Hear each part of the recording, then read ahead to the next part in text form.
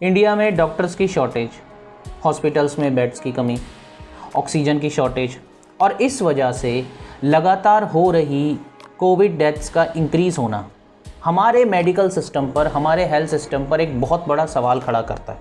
और वो सवाल ये है कि क्या हमारा हेल्थ सिस्टम अब फेल हो चुका है? आज की वीडियो में इसी सवाल का जवाब जानेंगे कि ऐसा क्या हो गया कि हमारे हेल्थ सिस्टम का इतना बुरा हाल है। पहले हमको जानना होगा कि हमारे देश में करंट मेडिकल सिचुएशन जो है, मेडिकल सिस्टम जो है वो किस तरह का है।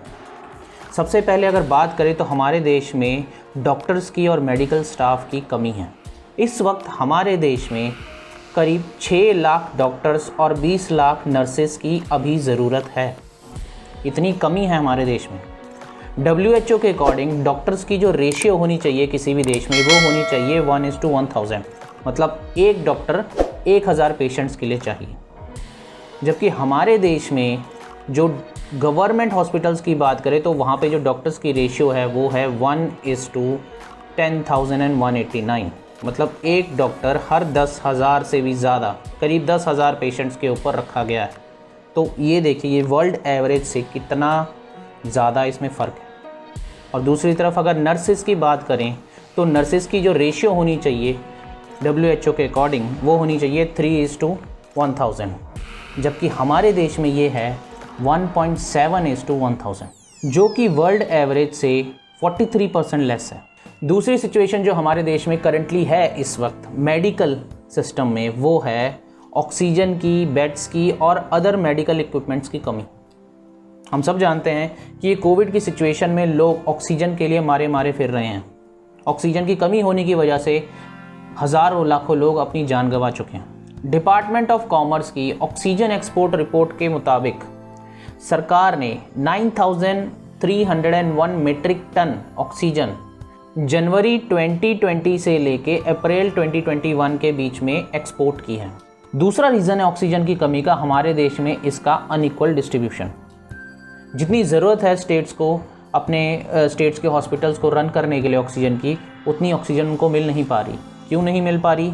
इसका डिस्ट्रीब्यूशन सही नहीं है। और हम सब जानते हैं कि ये सब काम इक्वली डिस्ट्रीब्यूट हो सकता है अगर सरकार चाहे तो। ऑक्सीजन की तरह ही हमारे देश में हॉस्पिटल्स में बेड्स की भी अवेलेबिलिटी प्रॉपर नहीं है, जिस कारण लोगों को घंटों घंटों हॉस्पिटल्स के बाहर लंबी लंबी लाइनों में इंतज़ार करना पड़ रहा है। एक स्टडी के मुताबिक हमारे देश में इस वक्त करंटली 19 लाख बेड्स अवेलेबल हैं पेशेंट्स के लिए, सभी अस्पतालों के मिला के, जिनमें से सिर्फ 95,000 बेड्स ICU बेड्स हैं। इसके अलावा सिर्फ 48,000 वेंटिलेटर्स इस वक्त हमारे पास मौजूद हैं। तो खुद सोच के देखिए, 135 करोड़ की आबादी है हमारे देश की, और आपके हिसाब से कम कितने बेड्स तो होने ही चाहिए हमेशा अवेलेबल देश में? ये आप मुझे प्लीज़ कमेंट सेक्शन में बताइएगा। अब आप खुद सोच सकते हैं कि हमारी गवर्नमेंट ने मेडिकल सेक्टर के ऊपर कितना फोकस किया है, कितना ध्यान दिया है। तीसरी प्रॉब्लम जो हमारे हेल्थ डिपार्टमेंट की चल रही है वो ये है कि इस वक्त हमारे देश में लोगों को लगाने के लिए प्रॉपर वैक्सीन्स अवेलेबल ही नहीं है। अब इसकी शॉर्टेज क्यों है हमारे देश में, इस बारे में अपनी पिछली वीडियो में बता चुका हूँ। आप चाहे तो उस वीडियो को देख सकते हैं ऊपर आई बटन पर क्लिक करके। पर दूसरी तरफ गवर्नमेंट कहती है कि वैक्सीन की कोई शॉर्टेज नहीं है, कमी है तो प्रॉपर वैक्सीनेशन प्लानिंग की। अब भाई गवर्नमेंट को कोई बताए वैक्सीनेशन प्लानिंग करनी किसने है?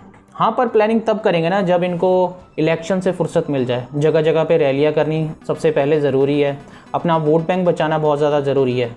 जनता जाए भाड़ में, जनता का क्या।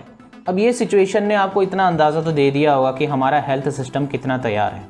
जहाँ पूरा 1 साल था सरकार के पास हेल्थ सिस्टम को इम्प्रूव करने के लिए, क्योंकि सरकार जानती थी कि देश में इस तरह की सिचुएशन चल रही है जिसने पूरे देश को बहुत बड़े संकट में डाला हुआ है। ये कल की बात नहीं है, पर सरकार ने बजाय हेल्थ सिस्टम को इम्प्रूव करने की बजाय, उस पर फोकस करने की बजाय, आपका मेरा हम सब टैक्स पेयर्स का पैसा जो है इस तरह के कामों में खर्च किया जिनमें अगर सरकार ना करती तो शायद अच्छा होता।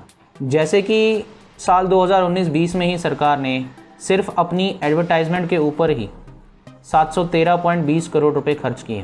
इसके अलावा रिसेंटली हमारे देश के प्रधानमंत्री और राष्ट्रपति जी के लिए जो करीब 8,400 करोड़ के जो जहाज़ खरीदे गए हैं, वो अगर ना भी खरीदे जाते तो शायद अच्छा ही होता। उन पैसों को अगर इस कोविड फाइट के लिए इस्तेमाल किया जाता तो बहुत अच्छा रहता। या फिर सेंट्रल विस्टा प्रोजेक्ट पर किए जाने वाला खर्चा। ये तो सिर्फ कुछ ही खर्चे हैं जो आपको मैंने बताए हैं। ये कुछ ऐसे खर्चे हैं जिनको अगर कुछ वक्त के लिए टाल भी दिया जाता तो कोई बड़ी बात नहीं होती, कोई प्रॉब्लम नहीं आने वाली थी। इतना पैसा अगर देश के हेल्थ सिस्टम के ऊपर इन्वेस्ट किया होता तो शायद हम जिस हालात में फंसे हुए हैं हम ना होते। अगर हमारी सरकार से आप समझ ही रहे हैं मैं किन की बात कर रहा हूँ, कौन सी सरकार। अगर हमारी सरकार ने हमारे देश के आम आदमी के बारे में सोचा होता तो शायद हमारे देश का आम आदमी इस वक्त तड़प तड़प के ऐसे दम ना तोड़ रहा होता, ऑक्सीजन को मोहताज ना होता। अब क्या किया जाए, कैसे इन हालातों से बाहर निकला जाए? कुछ कमियां जो हमारे हेल्थ सिस्टम में जो करंटली रिमूव की जा सकती है वो की जाए। जैसे बेड्स की अवेलेबिलिटी बढ़ाई जाए, वेंटिलेटर्स परचेज़ किए जाएँ। जो एग्जिस्टिंग डॉक्टर्स हैं उनको इस तरह का इंफ्रास्ट्रक्चर तो बना के दे सकती है कि वो अपने पेशेंट्स को हैंडल कर सकें, क्योंकि डॉक्टर भी आखिर इंसान ही हैं, हम उनको ब्लेम नहीं करते। वो अपनी तरफ से अपना 100% कर रहे हैं लोगों को बचाने के लिए, पर जब हमारे पास इंफ्रास्ट्रक्चर ही अच्छा नहीं है तो डॉक्टर भी क्या कर लेंगे। इसके अलावा अगर हॉस्पिटल्स में बेड अवेलेबल नहीं है तो लोगों को होम आइसोलेशन की फैसिलिटी दें, घर पे उनको ऑक्सीजन अवेलेबल करवाएं, ताकि जो लोग हॉस्पिटल्स के बाहर खड़े रहते हैं, लंबी लंबी लाइनों में इन्फेक्टेड लोग रहते हैं, इससे उनको तो खतरा है ही है, पर उनके कांटेक्ट में आने वाले बाकी लोगों को भी बहुत ज़्यादा खतरा होता है।